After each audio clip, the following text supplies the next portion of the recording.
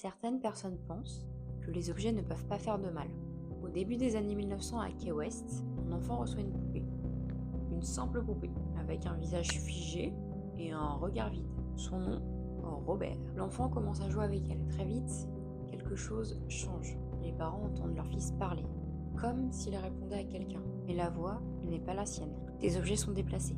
Des bruits apparaissent la nuit. Et parfois, il retrouve l'enfant terrorisé. Quand il lui demande ce qu'il se passe, l'enfant répond immédiatement Ce n'est pas moi, c'est Robert. et la poupée change même de position toute seule. Certains voisins affirment même avoir vu la poupée bouger toute seule. L'enfant devient différent, plus renfermé, plus nerveux, comme s'il n'était plus seul. Les années passent, la poupée est conservée, mais l'histoire ne s'arrête pas là.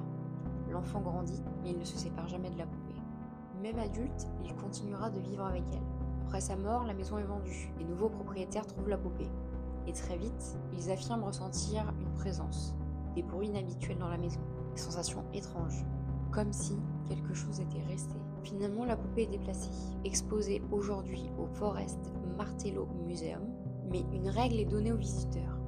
Demandez la permission avant de prendre la poupée en photo. Un visiteur raconte avoir pris une photo sans lui demander.